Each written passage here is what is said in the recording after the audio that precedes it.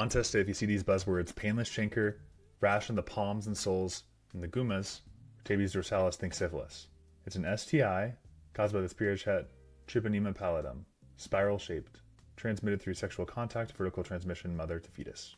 So there are different types of syphilis we need to be aware of. First is primary. That's 3 weeks after exposure, you have a painless chancre on the side. It could be the genitals, mouth, anus. Very infectious and heals spontaneously. Then you have the secondary syphilis. That's weeks to months after the primary stage.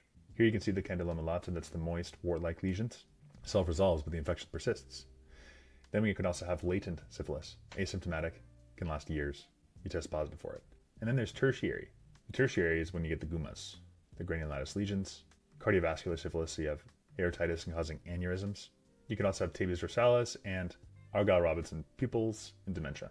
So there's the congenital syphilis that can cause these Hutchinson's teeth, saddle nose, and deafness. How do you diagnose this? Rapid plasma reagent test or VDRL. So you treat it with penicillin, and if they're allergic to penicillin, then doxy. Except if they're pregnant, then you desensitize and give penicillin. So here's a mnemonic: paresis, personality changes, affect changes, reflex, hyperactive reflex, eye involvement, the Argyll-Robertson pupils, sensorium confusion, intellect, dementia, and speech is slurred. That's for neurosyphilis. All right, so the big takeaways: primary, it's painless, chancre, genitals, mouth. And secondary is much later. You can start to have that fever, lymphadenopathy. And then tertiary is the gummas, so these granulomatous lesions, and then the cardio problems, and neurosyphilis, especially tabes dorsalis, which affects like your dorsal columns. All right, that's all there is to it.